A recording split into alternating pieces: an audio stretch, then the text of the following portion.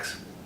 As a corollary, people who have income up to 5 lakhs will still need to file the tax return. They will still get 100% tax rebate, so no tax liability, but the return needs to be filed. Now if one adds ATC, the insurance premium, the provident fund, etc., the investment limit of 1.5 lakhs, the limit goes effectively up to 6.5 lakhs. And for a salaried class employee, there was a standard deduction available up to 40,000, which is proposed to be raised to 50,000.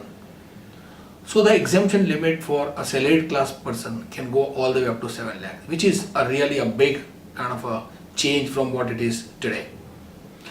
The finance minister did say that the loss on account of this tax is about 18,500 crores. However, just because of this, the fiscal deficit possibly goes from 3.3 to 3.4% of the GDP, but we expect that even a little slippage should be okay when it is giving benefit to the large tech, for the common people and the salaried class people.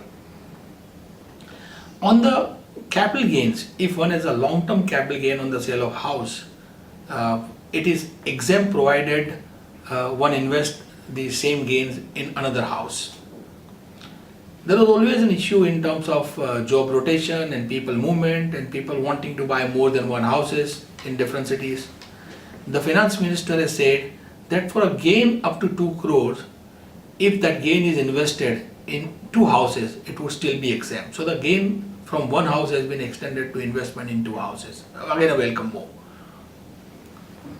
Some of the provisions on TDS for smaller and middle class people have been again liberalized. For example, the TDS on interest on bank deposit limit is increased from 10,000 to 40,000. This will help the smaller taxpayers who are invested in bank deposits. Also the same applies to investment in cooperative housing society or in post office deposits. TDS on a rental income, the limit has been increased from 1.8 to 2.4 lakhs. That means up to a rent of 20,000 rupees a month, there is no TDS liability for the payer. So these are some of the provisions on individual tax. No change in the income tax rate or on slab, or no change in surcharge or cess. Same thing is also true for corporates. No changes in the corporate taxation at all. Just because there is a direct tax task force appointed by the government to relook at the entire Income Tax Act, and they will come back with their draft report by 28th February of this year, 2019. So one would see some major tax changes possibly in the next budget post-election. On the tax administration, there has always been an issue in the past, whereas the tax policy was very good, the implementation has been an issue. The government has taken a lot of efforts in last 3-4 years in terms of easing the tax administration. The finance minister again mentioned today that there will be an e-assessment done, electronic assessment for all the returns in next 2 years. Today it is on a selective basis. And the e-assessment will be anonymous. This will really help. So neither the taxpayer nor the tax officer would know. There will be no human interface, and the assessment will be done on a portal. So this will reduce the corruption which has been there in the past. In terms of last year, the 99.54% of the tax returns were accepted as it is, which is again a big shift from what it was in the past, where there was a lot of scrutiny all the time. The finance minister did say that as and when the return is now filed, within 24 hours it will be processed. Also, there was also an issue on the tax refund. He did mention that tax refunds will be issued as soon as possible. So I think you would see a lot of ease off for the taxpayers who are honest in filing the tax return.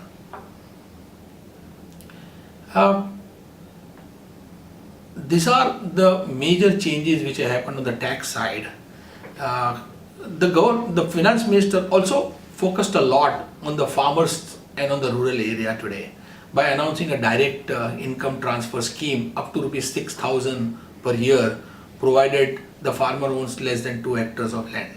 Now this will also help protecting the farmer's income and is going to help small farmers a lot. The finance minister also had something to cheer for the pensioners by announcing a mega pension scheme, under which for a contribution of as little as up to 100 rupees a month, a pensioner after retirement will get at least 3,000 rupees a month. So that also protects the income in the retirement age.